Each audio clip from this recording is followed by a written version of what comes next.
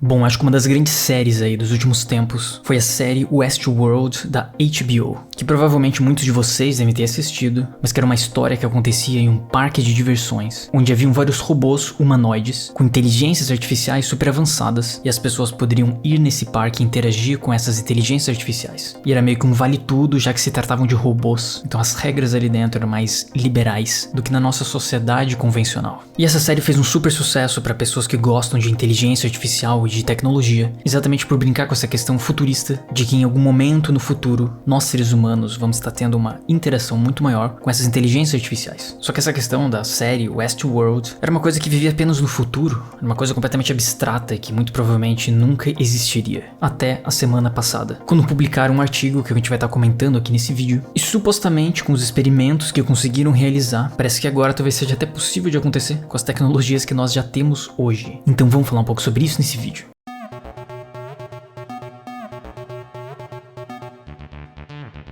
Bom, esse é um tema aí que tá todo mundo comentando aí nesses últimos dias, sobre esse artigo aqui que foi publicado por várias pessoas da Universidade de Stanford, e também com parceria com o Google, onde eles criaram um experimento com o que eles estão chamando de agentes generativos, onde eles simulam uma interação com comportamentos humanos. Então basicamente eles criaram um jogo que se parece até muito, sei lá, com Pokémon ou algum jogo de Game Boy.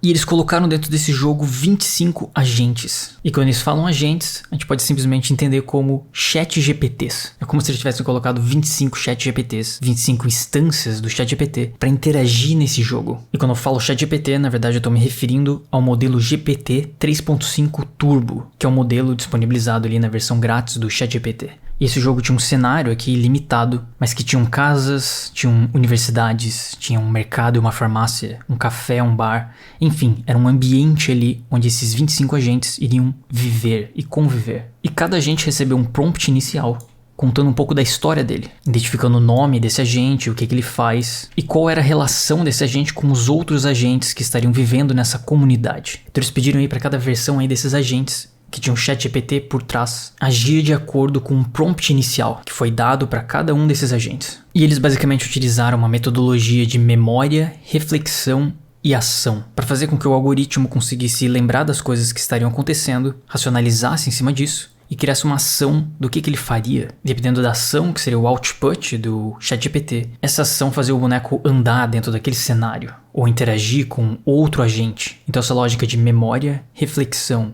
e ação é o que fazia esse negócio funcionar. Sendo que a memória nada mais é do que o histórico ali de outputs do algoritmo, que a gente pode entender ali basicamente como o histórico da conversa do ChatGPT, em termos simples. E uma coisa meio doida que eles colocaram nesse experimento deles é fazer com que o algoritmo conseguisse perceber o que estaria acontecendo em volta dele. Então, de acordo com o posicionamento do agente dentro daquele cenário, eram inseridos prompts na memória do algoritmo, indicando se tinha alguém perto ou o que estaria acontecendo naquele lugar. Então isso entrava na memória do algoritmo, ele refletia sobre isso e tomava uma ação com base nisso. E aqui meio que explica um pouco sobre isso. Existia ali a memória, que nada mais era do que uma timeline de tudo que aconteceu. O algoritmo tomava algumas decisões com base na memória dele e criava uma ação em cima disso. Então esse agente aqui, a Isabela, estava querendo fazer uma festa de Dia dos Namorados no Hobbs Café, que era um lugar ali dentro daquele cenário. Só que depois que esses caras soltaram esses algoritmos aí para interagir nesse cenário, ficarem executando essas funções dentro desse ambiente, algumas coisas muito doidas começaram a acontecer. Basicamente, um chat GPT começou a interagir com o outro e as mensagens começaram a ser distribuídas entre os participantes. Então a Isabela ali, que queria montar uma festa de Dia dos Namorados, começou a contar isso para os outros agentes, de acordo com a interação dela ali naquele cenário, e esses agentes começaram porventura a contar para outros agentes. Então a história ali da festa de Dia dos Namorados começou a viralizar ali entre esses agentes, entre essas versões do ChatGPT. E por incrível que pareça, a festa acabou acontecendo. De fato, os agentes foram literalmente lá no Hobbs Café,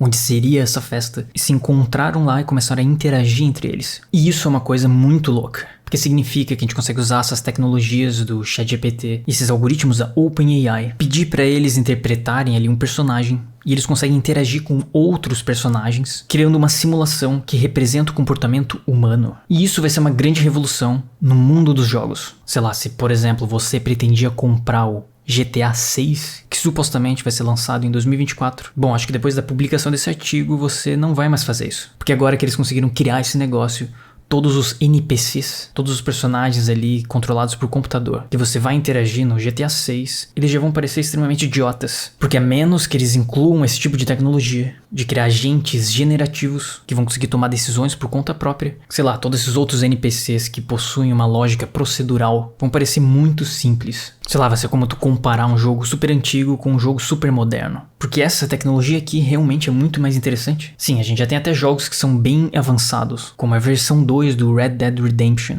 que é aquele jogo de cowboy onde você interage num mundo aberto e que os NPCs são bem inteligentes. E eu acho que é um dos jogos que nem é tão atual, já tem alguns anos, mas que me deixa realmente impressionado aí em quão inteligentes são esses NPCs.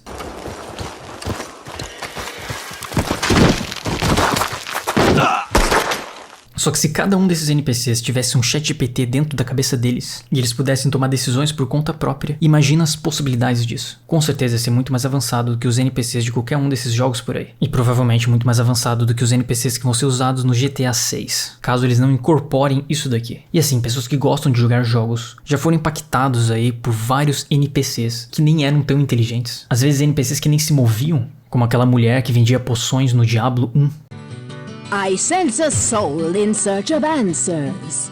Sei lá, sempre que eu escuto esse áudio já me dá uma nostalgia. Ou outros NPCs que tinham uma interação completamente procedural. Tinha sido programado que o NPC ia ter sempre a mesma ação, mas que marcou uma geração e a vida de muitas pessoas. Então imagina quando eles começarem a colocar esse tipo de inteligência nos jogos. Que tu vai interagir com esses NPCs, eles vão ter uma história. E o andamento do jogo vai afetar essa história. Vai afetar a memória deles. E isso vai fazer o jogo se tornar único. Porque todo o andamento do jogo vai afetar esses agentes generativos. E isso nos leva de volta ao Westworld.